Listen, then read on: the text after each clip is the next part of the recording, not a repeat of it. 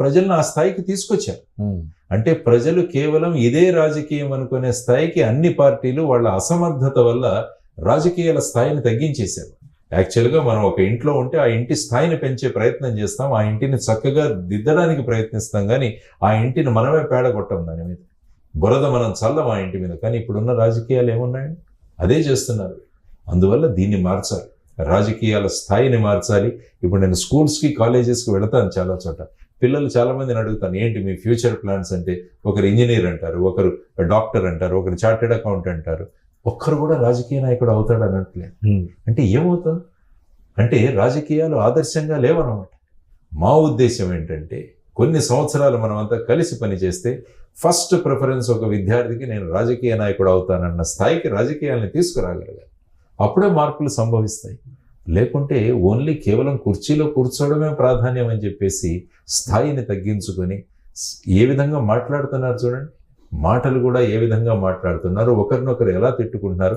ఇదే రాజకీయం అన్నది ఆ విధమైన అభిప్రాయం ప్రజల్లో కలుగు చేయడం అంటే ఇది సిగ్గుచేటు నిజంగా. పవన్ కళ్యాణ్ గారు కూడా ఇవే నినాదాలు చెప్తుంటారు కదండి, ఒక గొప్ప రాజకీయాలకు తెరలేపాలి, పార్టీని 30 సంవత్సరాలు నేను ఓడిపోయినా దాన్ని బతిమించుకుంటాను, యువతకి మంచి అవకాశం ఇస్తాను, రాష్ట్రాన్ని అభివృద్ధి చేస్తానని ఇదే నినాదంతో వెళ్తుంటారు కదా ఆయన కూడా. వెళ్ళాలి, అందరూ వెళ్ళాలి. మీరు ఎందుకు మరి అదే నినాదాన్ని మీరు కూడా ఆయన సపోర్ట్గా ఉండి కలిసి వెళ్తే బాగుంటుందని కదా చాలా మంది మాట్లాడే పరిస్థితి. అంటే అప్పుడు జాయిన్ అయ్యాను నేను, ఎందుకంటే నేను 2018లో వచ్చినప్పుడు అప్పుడు కూడా ఒక పార్టీ పెట్టాలన్నది కూడా ఒక సంకల్పం మా దాంట్లో వచ్చింది. కానీ ఆ తర్వాత మన ఆలోచనలతోనే ఉన్న పార్టీ, జీరో బడ్జెట్ పాలిటిక్స్ ఉన్న పార్టీ, ఈ విధంగా వెళుతూ ఉన్నాము. ఇంకా టోటల్గా రాజకీయాల్లోనే కమిట్మెంట్తో మనం వెళ్దాము అనుకున్న పార్టీ ఉంది కాబట్టి అప్పుడు నేను జాయిన్ అవ్వడం జరిగింది. ఆ తర్వాత కారణాలు చెప్పాను, వారు మళ్ళీ సినిమాల్లోకి వెళ్ళిపోవడం, దానివల్ల నేను బయటకు వచ్చేసానని చెప్పాను. సో ఆ విధంగా ఉండడం వల్ల మళ్ళీ ఇప్పుడు ఫైనల్గా వెళ్ళి పొత్తు పెట్టుకోవడం జరిగింది. అంటే ఇప్పుడు వీళ్ళందరివి మొయ్యాలి. ఇప్పుడు భారతీయ జనతా పార్టీ బరువు, తెలుగుదేశం పార్టీ బరువు, ఇవన్నీ కూడా మొయ్యాల్సి వస్తుంది. ఎందుకంటే మనకు నచ్చకపోయినా కూడా మనం జస్టిఫై చేయాల్సి వస్తుంది. ఇప్పుడు నేను అదే ఎవరైనా అడిగితే వారిని మరి ప్రత్యేక హోదా గురించి స్టాండ్ ఏంటి అంటే ఏం మాట్లాడగలను? సో ఇవన్నీ కూడా ఆలోచించుకోవాల్సిన అవసరం. రాష్ట్ర అభివృద్ధి కోసం, రాష్ట్రానికి మంచి చేయడానికి, యువతకి మంచి అవకాశాలు ఇప్పించడానికి కేంద్ర ప్రభుత్వం అండదండలు కావాలి. అందుకనే కదా మేము పొత్తు పెట్టుకుంటున్నాం అని బలవంతంగా వాళ్ళకి ఇష్టం లేకపోయినా పొత్తును ఒప్పించేమని పవన్ కళ్యాణ్ గారు చెప్తుంటారు. అంటే అది అవుతుంది, కానీ ఫైనల్గా ఏమవుతుంది అన్నది చూడాలి. ఇప్పుడు అయిన తర్వాత ఇప్పుడు రేపు ఏమవుతాయి, ఎన్నికల్లో ఏం జరుగుతుంది, ఏ విధంగా ఓట్స్ అటు ఇటు మారుతాయి, రేపు ఎవరు ప్రభుత్వం వస్తుంది, ఇవన్నీ కూడా. బట్ ఫైనల్లీ మన ప్రిన్సిపల్స్ ఏంటి అన్నవి కూడా మనం ఏదైతే ప్రభుత్వం మన రాష్ట్రానికి ఇంత అన్యాయం చేసిందో మరి దానితో మళ్ళా పొత్తు పెట్టుకోవడం అంటే, మరి రాజధానికి శంకుస్థాపనకు ఆయన వచ్చారు మోడీ గారు, మరి రాజధాని డెవలప్మెంట్ లేదు. మరి ప్రధాని మోడీ గారు ఈయన ఇన్ని అప్పులు చేస్తున్నా కూడా మన జగన్మోహన్ రెడ్డి గారు మరి ఏం చేయలేదు. రాష్ట్రాన్ని ఈ విధంగా అధపాతాడానికి వెళ్ళిపోతున్నా కూడా మరి ఆ పార్టీ ఎందుకు సపోర్ట్ చేసింది? మరి వాళ్ళను ప్రశ్నించాలి కదా మరి. సో ఈ విధమైన కన్ఫ్యూషన్లు ఏమవుతుందంటే రాజకీయ పార్టీలు పొత్తులు పెట్టుకోవడం అన్నది కేవలం ఓటర్లను మభ్యపెట్టి ఆ కుర్చీలో కూర్చోనంత వరకే అన్నది తెలుస్తుంది. మరి మొన్న చిలకలూరిపేట సభ జరిగినప్పుడు రాష్ట్ర అభివృద్ధి మీరు మాట్లాడారు కదా, రాష్ట్ర అభివృద్ధి కోసమే అందరూ కలిశామన్నారు కదా. మరి ప్రధాని మోడీ గారితో ఒక్కసారి ప్రత్యేక హోదా ఇస్తానని మాట్లాడించారా?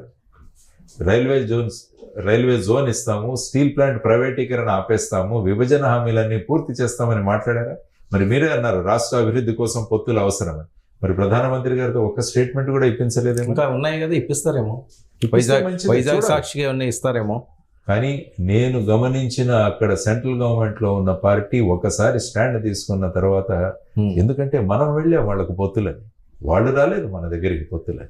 సో మన మాట ఎందుకు సార్ ఈ ఆరాటం? దేనికోసం ఏది ఈ పొత్తుల ఆరాటం?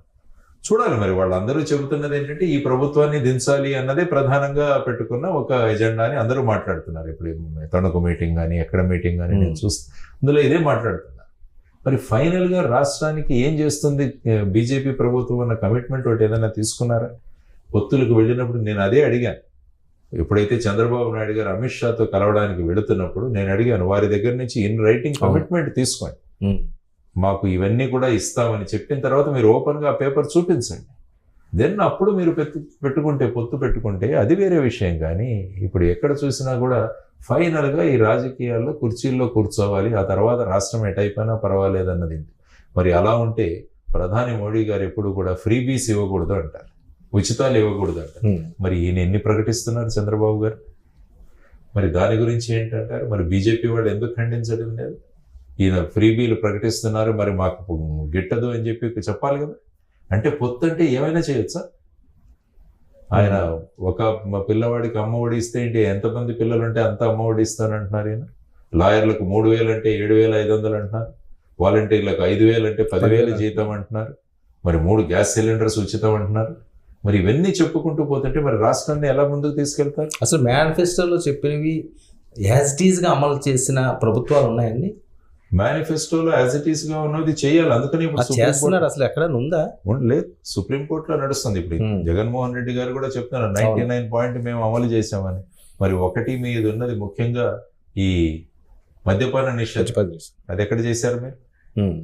మరి అది చెప్పాలి కదా. మెయిన్ అది మెయిన్ అంచెలంచెలుగా మేము మద్యపాన నిషేధం చేసుకుంటూ వస్తాం. అందుకనే కమిట్మెంట్, అందుకనే జై భారత్ నేషనల్ పార్టీ మేము